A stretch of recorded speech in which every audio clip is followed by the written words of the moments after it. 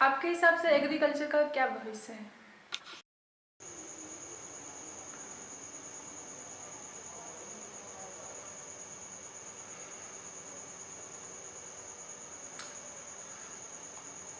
हमारा ही भविष्य जैसे दुनिया चल रही है उस पर शंका उठ रही है।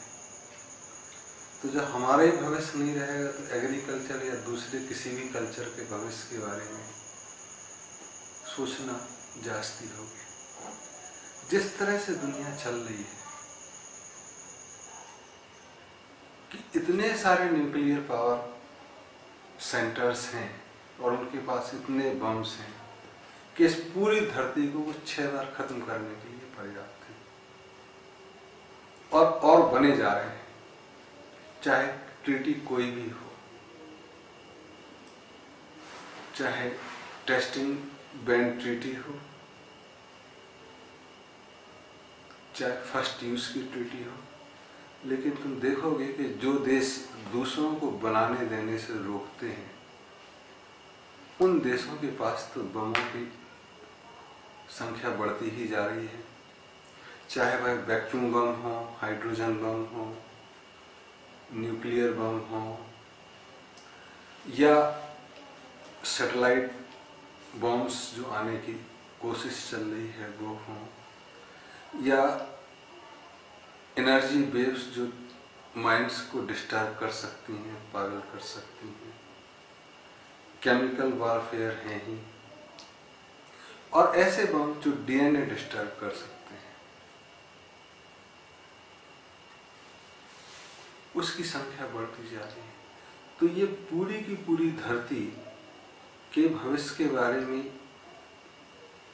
लोग परेशान हैं, तो एग्रीकल्चर का भविष्य के बारे में कैसे कह सकते हैं। दूसरी चीज कि जब से सभ्यता शुरू हुई तब देखोगे कि खेती से ही चीजें व्यवस्थित होनी शुरू हुई। जब तक चीजें जंगल में हैं तो आदि मानव, आदिवासी, एबोरिजिनल्स की परंपरा, खेती के बाद ही तो स्थिरता आई है। तो चीजें जो शुरू हुई सभ्यता वो खेती से हुई, और जिस चीज से चीजें शुरू होती हैं सामान्यतः अंत भी उसी से होता है। अगर हो तो खेती से ही अंत होगा, या अंत होगा तो खेती का अंत होगा। फिर या तो लोग जंगलों में रहें, पहाड़ों में रहें, तब चीजें ऐसी होंगी कि वो एग्रीकल्चर का भविष्य उस समय के लिए खत्म हो गया। जैसे एक मितार ताराविच करके हैं, बोस्निया हर्जगोविना में थे, और उन्होंने काफी भविष्यवाणियां की हैं। उनका कहना है कि 2050 के आसपास दुनिया में खाने को बहुत होगा लेकिन सब जहरीला होगा, पीने को बहुत पानी होगा लेकिन वो सब जहरीला होगा। तब वह प्रजाति बचेगी जिसको पहाड़ पर रहने की आदत है और जो बर्फ का पानी पी के 2-4-5 महीने जिंदा रह सके। तब तक जहर शायद सबसाइड हो। तो जैसी मनुस्मृति में चीजें आती हैं कि सारे दूर प्रलय हो गया, सब मर गए और कुछ लोग बचे और फिर से धरती शुरू होती है, वैसी परिकल्पना या वैसी भविष्यवाणी या वैसी घोषणा मितार ताराविच ने की है। तब पूरा का पूरा जब भविष्य अंधकारमय हो तो फिर एग्रीकल्चर तो बचेगी नहीं, और तब तक एग्रीकल्चर का भविष्य। तीसरी चीज कि आर्थिक व्यवस्था में जो कहते हैं कि एग्रीकल्चर का रोल बहुत कम है, तो दुनिया में 100 वर्ष से ज्यादा कोई भी देश बिना एग्रीकल्चर के सपोर्ट के जिंदा रह नहीं पाया या अपनी पीक को मेंटेन नहीं कर पाया। सिंगापुर वगैरह इस मामले में बच्चे हैं। अमेरिका वगैरह अगर 100 साल तक सरवाइव कर रहा है, जिसमें 40-50 साल वो पीक पे रह रहा है, तो खेती वहां पर्याप्त है। इंग्लैंड अगर चला तो तो जहां पे उसका शासन था वहां खेती पर्याप्त थी। तो खेती के बिना कोई सोचे कि सभ्यता या कोई भी राज्य या कोई भी समूह शिखर पर रह पाएगा या जिंदा भी रह पाएगा, तो ये संभव नहीं है 100 वर्ष से ज्यादा। तीसरी चीज आज, अगर चौथी चीज, आज हम देखें किसी भी देश में, बहुत छोटे सिंगापुर, ताइवान वगैरह को छोड़ दें जो बेसिकली दुकानें हैं, तो बजट कैसा भी हो, इकोनॉमिस्ट कुछ भी चल रहा है, वहां के प्राइम मिनिस्टर, प्रेसिडेंट कुछ भी है, लेकिन 1-2 मानसून गड़बड़ाते हैं और पूरी अर्थव्यवस्था चौपट हो जाती है। मार्च के महीने में तुम देखो, अगर फसल ठीक होती तो बाजार में उछाल होता है। नवंबर में अगर चीजें बिगड़ जाएं तो दिवाली लोगों की बिगड़ जाता है, सरकार का हालत खराब हो जाती है। तो आधार रहेगा और वो एग्रीकल्चर है। इतना समझ के कारण भारत ने उसको खेती एक व्यवसाय नहीं कहा, उसको एक संस्कृति कहा, और एक चीजें ऐसी डेवलप की गई, ऐसी विकसित की गई कि जो आपस में जुड़ी रहें और सस्टेन रहें। तो सेल्फ सफिशिएंसी की बात खेती से आई कि आप खेती करो, आपको जो चाहिए वो सुविधाएं हम दिलाएंगे। तो जैसे हल चलाना है, हल में कुछ लकड़ी का काम होता है, कुछ लोहे का काम होता है। फिर जानवर हैं, मरते हैं तो उनको डिस्पोज करना, उनकी खाल का कुछ बनाना है, जूते बनाना है, चप्पल बनाना है, डिस्पोज करना है, सफाई करना है खेत के आसपास की, पानी सिंचाई करना है, भिस्ती चाहिए है, पूजा करना है तो पंडित चाहिए, पादरी चाहिए, मौलवी चाहिए, और कुछ ज्योतिष वाला भी चाहिए कि बच्चे कब हों, खेती कब करें, बुआई कब करें, पानी कब गिरेगा, तो जो गणना करना जानता हो। ऐसे 17-18 तरह के लोग जो खेती को सपोर्ट करते हैं, तो वो उनको दिए गए कि तुमको ये सब सपोर्ट करेंगे, और जब तुम्हारी फसल हो उसमें से इनको हिस्सा देना।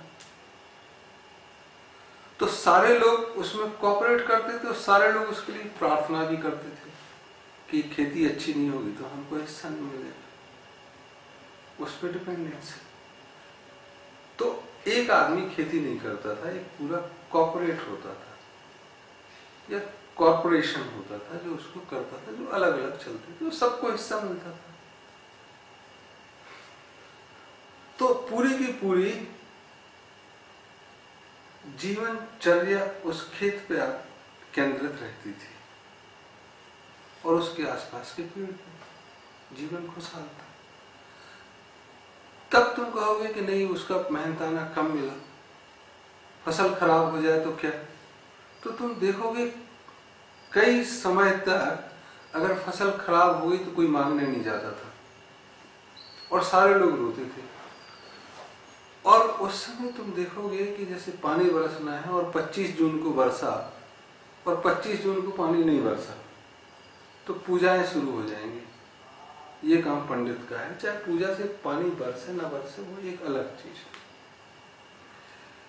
पश्चिम में बर्ट्रैंड रसल ने एक कॉन्सेप्ट दिया, कॉन्क्वेस्ट ऑफ द नेचर, प्रकृति पर विजय। तो बोले हम जब फसल करना चाहेंगे करेंगे, तुम पानी बरसाओगे, हम पॉलीथीन डाल के फसल कर लेंगे, हम ग्रीन हाउस चैम्बर्स बना के फसल करेंगे, थोड़ा बहुत सफलता भी मिलेगी। तो वहां उस आइडिया को डेवलप करने के लिए चीजें चली। और दुनिया में पिछले 200 वर्षों में जो कुछ अर्थशास्त्रियों ने प्रतिपादित किया था कि आपके यहाँ पैसा खत्म हो जाए तो पड़ोस का लूट लाओ, तो अपनी सेना पूरी होनी चाहिए। कॉन्सेप्ट ये दिया कि कॉन्क्वेस्ट ऑफ द नेचर, लेकिन चलन में आया कि पैसा दूसरे के यहाँ से लूटना है। तो इंग्लैंड का जो पूरा का पूरा अर्थव्यवस्था रही 200 वर्षों में, वो भारत जैसे देश के खून पसीने और पानी से वहां सिंचाई होती है और वहां फसल पहुंचती है। तो उनका जो भविष्य था वो भारत के खेत से निकला हुआ था, भारत के कल्चर से। और शुरुआती तौर पे वो बंदूक की दम पे काम कराया गया। बंदूक की दम पे पैसा दो ना दो, क्या अंतर पड़ता है? तब तुमको एक कॉन्सेप्ट देना पड़ा कि भाई कारखानिया माल चूंकि मैंने लगाया है कारखाना, ये महंगा बिकेगा। मुनाफा तभी होगा जब भारत से कच्चा माल, खेती वाला माल इंग्लैंड जाएगा, वहां प्रोसेस होगा और लौट के आएगा, वो महंगा है। तो आपका मटेरियल सस्ता हो गया, हाथकरघा बंद हो गया जो उससे जुड़ा हुआ था, कपास हो गया। तब चीजें ये हुई कि रोजमर्रा की चीजें सस्ती होनी चाहिए, तुम्हारे यहाँ से पैदा होंगी और आप गरीब तभी रहोगे, हम अमीर तभी रहेंगे जहां हमारा प्रोडक्ट महंगा होगा। तो पूरा का पूरा इकोनॉमिक कॉन्सेप्ट ये आया कि डेली यूज की चीजें सस्ती होनी चाहिए। इसका मतलब जो प्रोड्यूस कर रहा है वो चीपली अवेलेबल होना चाहिए। तो जिस देश में जितनी जनसंख्या उस रोजगार से जुड़ी हुई है वो गरीब होगी। अगर भारत में 70-75% लोग गांव में रहते हैं और खेती से जुड़े हुए हैं तो गरीबों की संख्या 75% तो होगी ही। अगर अमेरिका में 20% लोग खेती से जुड़े हुए हैं तो अमेरिका में 20% लोगों की हालत खराब होगी। 20% की खराब है तो 80% से क्रॉस कंपनसेशन देके उनकी हालत ठीक की जा सकती है। लेकिन जहां 75% की खराब है वहां 25% से क्रॉस कंपनसेशन देके ठीक नहीं की जा सकती। तो ये हालत दिनों दिन खराब होगी और गैप बढ़ेगा। तब तुम्हारा क्वेश्चन आएगा कि एग्रीकल्चर का भविष्य है कि नहीं, क्योंकि आप नहीं चाहोगे या कोई भी नहीं चाहेगा कि उसका बेटा किसानी करे। चपरासी बन जाए सरकार में, किसानी नहीं करनी चाहिए, मिलता क्या है? तो आपको उसके भविष्य के बारे में संदेह पैदा होता है। इतना सब जानने के बाद भी कि इकोनॉमी का आधार ही अर्थ है, जमीन है। अंग्रेजी में तो इकोसिस्टम मतलब अर्थ, जो EARTH अर्थ है, वो हिंदी के अर्थ, जो अर्थव्यवस्था और पैसा, उससे बना। इतना बेसिक डेफिनेशन के बाद भी अगर ये क्वेश्चन आता है कि इसका भविष्य क्या है, मतलब बहुत गहरे में सोचने की जरूरत है कि चीजें कहाँ गड़बड़ जा रही हैं। और इतनी गड़बड़ हो गई है कि हम पूरे के पूरे सिविलाइजेशन के एनिहिलेशन के बारे में सोचने लगे कि ये कहीं खत्म तो न हो जाए। आज देखो, जो भी सभ्यताएं हैं उनका रिटन इतिहास 5-6 हजार वर्षों का तो है। और आज भी अगर कोई जमीन प्रोड्यूस दे रही है, मतलब 6000 साल में वो बंजर नहीं हुई, लेकिन आज आप जैसे केमिकल्स डाल रहे हैं वो 20-25 साल में उपज देना बंद कर देते हैं। तब आपको लगता है कि यार ये 20-25 साल में दे दी तो एग्रीकल्चर रहेगा कि नहीं रहेगा, ये जानते हुए कि 6000 साल बाद भी ये पैदावार दे रहा है। तब आपका रेस्ट जो मिलना चाहिए था जमीन को, वो नहीं दे रहे हैं। जैसे एक शरीर से आप लगातार काम करते रहे रात में दिन में, तो 2-4-10 दिन में आप कोलैप्स हो जाएंगे। एक IT आईक्यून जो सवेरे दौड़ने जाते थे, जिम जाते थे, कसरत करते थे, बस वो सोते नहीं थे, एंड ही कोलैप्स्ड। तो ऐसा जमीन भी हो सकती है। तब आपका प्रश्न रहेगा कि इसका भविष्य क्या है। तो प्रश्न ये नहीं है कि इसका भविष्य है कि नहीं, प्रश्न ये है कि हमारा भविष्य क्या है।